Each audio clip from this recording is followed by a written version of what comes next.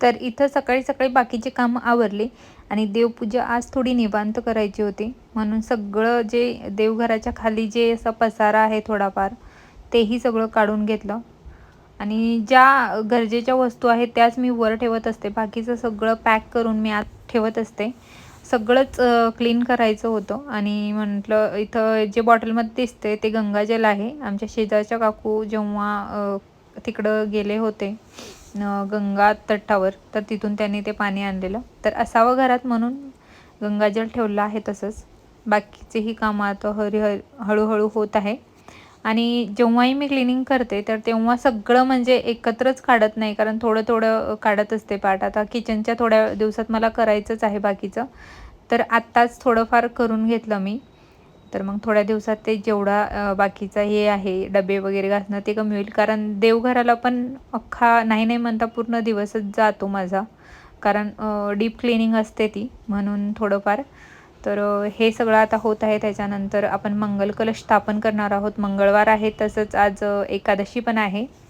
तर आता नंतर साफ केल्यावर तुम्हाला तेव्हा मी कलश स्थापना करणार तेव्हा दाखवते तुम्हाला. तर इथं देवघर साफ करून वगैरे झालेलं आहे. बाकीचे देवही मी त्यांना क्लीन करून वरती स्थापित केलं आहे. त्याच्यानंतर अशा प्रकारे कलश घेतला, त्याच्यावर स्वास्तिक काढत आहे. हे स्वास्तिक तुम्हाला उलटं वाटू शकतं, कारण कॅमेरा हे आहे, फ्रंटचा कॅमेरा चालू आहे, त्याच्यामुळे त्याच्यावर उलटा हे रिॲक्ट पडतो, त्याच्यामुळे तुम्हाला ते उलटं दिसू शकतं. आणि नाम ओढताना कधी पण खालून वर वडायचे अशा प्रकारे. त्याच्यात हळदी कुंकू, अक्षदा, एक फूल, ₹1 नाणं, तसंच सुपारीही ठेवायची असते. तर आपण आता त्याच्यामध्ये तुम्ही नागेलीची पानं किंवा आंब्याची डहाळ ठेवू शकता. तर इथं मी खाली एका वाटीमध्ये, तुम्ही डायरेक्टली खाली ठेवलं तरी चालेल, पण मी एक वाटी ठेवली आहे, त्याच्यामध्ये तांदूळ ठेवले आणि तांदळाच्या रासवर आपल्याला हे कलश स्थापित करायचं आहे. तर आंब्याच्या अशा प्रकारे 7 डहाळे किंवा 5 हे पानं घेऊ शकता तुम्ही. डायरेक्टली एक डहाळी साईडला ठेवली तरी चालेल, पण मला असं आवडतं ते सगळ्या बाजूने छान दिसतं, म्हणून मी अशा प्रकारे सजवलं आहे कलशाला. तर हे मंगल कलश खूप गुणकारी असतं, त्याच्यामुळे घरात एक एनर्जी, पॉझिटिव्ह एनर्जी निर्माण होते. तर अशा प्रकारे मी नारळ ठेवलेला आहे.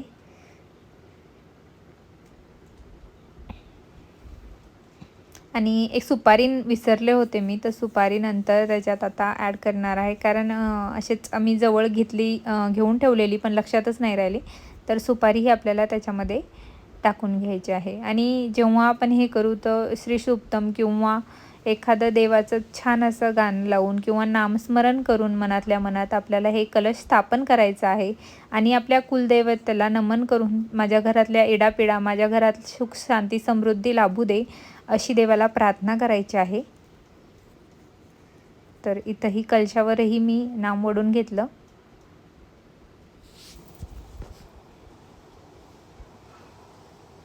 आणि आपण देवघराच्या उजव्या बाजूला हे कलश स्थापन करणार आहोत. त्याच्या खालीही बघू शकता तुम्ही छोटासा एक पाट आहे, जो मी अशा पूजेत यूज करते. तर मी आता कलशासाठी ते ठेवलेलं आहे, त्याच्यावर कलश स्थापन केलेला आहे. तर आज माझ्याच ते गॅलरीतले मी लावलेले झाडांमधून एका झाडाला गुलाबाचा फुल आलेला. जास्त फुलं नव्हती आज, पण तरी तो उमगला. ते म्हणतात ना, योगायोग असतो. तर जेवढे फुलं अवेलेबल होते तेवढ्या फुलात मी देवपूजा आज करून घेतली आहे.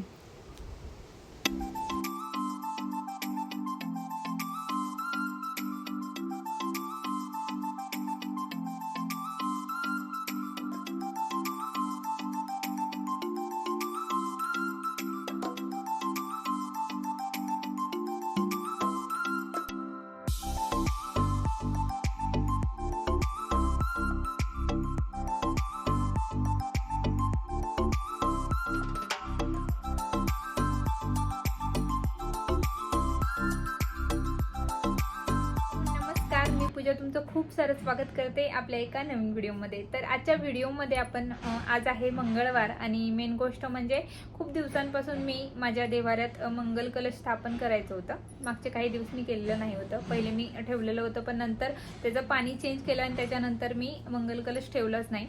तर मंगल कलश आपल्या घरात असणं खूप इम्पॉर्टंट आहे. कोणत्याही शुभ कार्यामध्ये आपल्या इथे श्री गणेशाला किंवा ह्याला श्रीफळाला नारळाला खूप महत्त्व आहे आणि कोणतंही शुभ कार्य करण्याच्या अगोदर आपण पूजा अर्चना करत असतो. तर मी म्हणे जिथे सगळे पर्याय संपतात तिथं एकच पर्याय म्हणजे राहतो, तो म्हणजे साधनेचा, प्रार्थनेचा आणि नामस्मरणाचा. ते म्हणजे सगळ्या गोष्टी आपण इकडं तिकडं हे करतो, आपण डॉक्टरांकडे जातो. तुम्ही खूप वेळा बघितलं असेल, मूवीमध्ये बघितलं असेल किंवा प्रत्यक्षात बघितलं असेल, जेव्हा सगळे पर्याय संपतात तर तेव्हा डॉक्टर सुद्धा म्हणतात आता आपण देवाची प्रार्थना करू शकतो, याच्यावर आता मी काही करू शकत नाही. तिथे अलौकिक काही चमत्कार होतात आणि आपले म्हणजे जिथं न होण्याचे चान्सेस असतात ज्या गोष्टी, त्याही होऊन जातात. तर तिथे कुठेतरी मी देवाला मी तर लहानपणापासून मानते, माझी खूप श्रद्धा आहे देवावर आणि मी विश्वासही करते. आपल्याला जे घडते आपल्या आयुष्यात ते आपल्या कर्मांचं फळ म्हणावं किंवा जे आपण जसं वागतोय तसं आपल्याला भेटतंय हे तर मान्यच करावं लागेल. कारण प्रत्येक गोष्टी ह्या आपल्या ह्याच्यानुसार असतात. आपण जसं करतो तसंच आपल्याला भेटतं, तसंच म्हणतात, तसंच फळ आपल्याला भेटतं. जेसी करणे वेसी भरणे, याला मी खूप मानते. तर आपण देवांना हे करतो म्हणजे देवावर विश्वास ठेवतो. तर कुठेतरी ज्या गोष्टी आहेत त्या आपण प्रॉपर थोड्या का असे ना, असं नाही म्हणत मी की दररोज देवापुढे जाऊन बसा. माझंही होत नाही, कारण माझी 2 मुलं आहेत, त्यांचं अभ्यास वगैरे या सगळ्या गोष्टी, घरातले कामं, याच्यामध्ये मला खूप सारा वेळ भेटत नाही. पण असे काही दिवस असतात जसं की संकष्टी, श्रावण सोमवार किंवा एकादशी, हे सगळे असते किंवा गुरुवारी मी उपवास करते स्वामींचा. तर त्या दिवशी ज्या दिवशी मला वेळ भेटेल मी देवपूजा करण्याचा प्रयत्न करते चांगल्यापैकी. असं दररोजच प्रॉपर सगळं क्लीन करून होत नाही माझ्याकडून. तर मी अशा गोष्टी करत असते थोड्याफार. तर आज जे मी काही केलंय ते मी तुम्हाला दाखवणार आहे, मंगल कलशाची स्थापना कशी केली वगैरे. तर ह्या सगळ्या गोष्टींमध्ये कुठेतरी मला जे माहिती आहे मंगल कलशाबद्दल तेच मी तुम्हाला सांगते की मंगल कलश म्हणजे आपल्या जे कुलदैवत असतो, जी कुलदेवी असते त्याचं हे असतं, प्रतीक असतो. त्यालाच मानून आपण तिथं घरात ठेवलेलं असतं आणि आपल्या कुलदेवीची कृपा आपल्यावर राहावी म्हणून आपण ते हे केलेलं असतं. तर प्रत्येक मंगळवारी तुम्ही ते पाणी बदलू शकता. शक्य असेल तर दररोज बदललं तरी चालेल, पण निदान मंगळवारी म्हणजे आज मंगळवारी आपण पाणी त्याच्यात कलश भरून ठेवलाय मंगल कलश, तर पुढच्या मंगळवारी आपण ते बदललं, चेंज केलं तरी चालेल. त्याच्यात काय, एक सुपारी, एक नाणा, 1 रुपया किंवा काही, आणि त्याच्यात अक्षदा, हळदी कुंकू, फूल आणि आपल्याला श्रीफळ ठेवायचं आहे. तुमच्याकडे नागिलीची पानं असतील, खाऊची पानं असतील ते, नाहीतर मग आंब्याचे ठेवले तरी चालेल. नाही असेल काहीतरी तसंही आपण ठेवू शकतो, पण कदाचित हे पानं वगैरे ठेवलेले बरे असतात बऱ्यापैकी. दररोजच आपण महापूजा करू शकतो असं नसतं. प्रत्येकाचं आयुष्य हे धावपळीचं आहे आणि आता तर खूप घाई असते सगळ्यांना, वेळ म्हणजे मिळतच नाही काही गोष्टींसाठी. तर आपण काहीतरी जे ठराविक दिवस असतात, सोमवार म्हणजे सोमवारी पूजा करतो महादेवाची, तर अशी काही वार असतात ज्या दिवशी आपण करू शकतो, जेव्हा आपल्याला टाइम भेटेल. तर जेव्हाही देवपूजा करा, तर 12-12:30च्या दरम्यान कधीच देवपूजा करू नये. म्हणतात की ते म्हणजे दत्ताच्या भिक्षेचा टाइम असं काहीतरी मी ऐकलंय. तर 12 वाजता, 12-12:30, 1 पर्यंत कधी पूजा करायची नाही. एक तर करायची तर सकाळी शुभ मुहूर्त बघून, असं काही नसतं की खूप सारं मुहूर्त वगैरे बघून. तर सकाळी जो काळ असतो तो चांगलाच असतो आणि संध्याकाळी ती तुम्ही देवपूजा करू शकता. खूप वेळा आपण गुरुवारची पूजा म्हणजे सकाळी नाही झाली तर संध्याकाळी मांडत असतो. तर या सगळ्या गोष्टी होत्या. मी देवाला म्हणजे माझ्या मते तरी मी जास्त नाही, पण ज्या गोष्टी असतात माझ्या मनात मी देवापर्यंत पोहोचण्यासाठी काहीतरी करत असते. म्हणतात की मंगल कलशाची स्थापना तुमच्या घरात असेल की बरेच विघ्न त्या कलशावर लोटले जातात. म्हणजे ते कलश ओढून घेतं आणि तुमच्यातले जे संकट असतात ते कमी होतात. आता तुम्ही म्हणाल की ही देव म्हणते, दररोजच देवपूजा करत बसावी असं अजिबात नाहीये. जेव्हा तुम्हाला वेळ भेटेल करा, पण एक पॉझिटिव्हिटी आपल्या मनाच्या शांतीसाठी आपण या गोष्टी केल्या पाहिजे. जेव्हा आपल्याला काही सांगायचं आहे तर आपण एकांत बसून नामस्मरण करून देवाला सांगू शकतो, ह्या माझ्या आयुष्यात अडचणी आहे आणि जरी आहे तर ते पेलण्याचं माझ्यामध्ये एक क्षमता दे, मी ते हँडल करू शकेल, प्रत्येक गोष्टीवर मी मात करू शकेल असं मला बनव.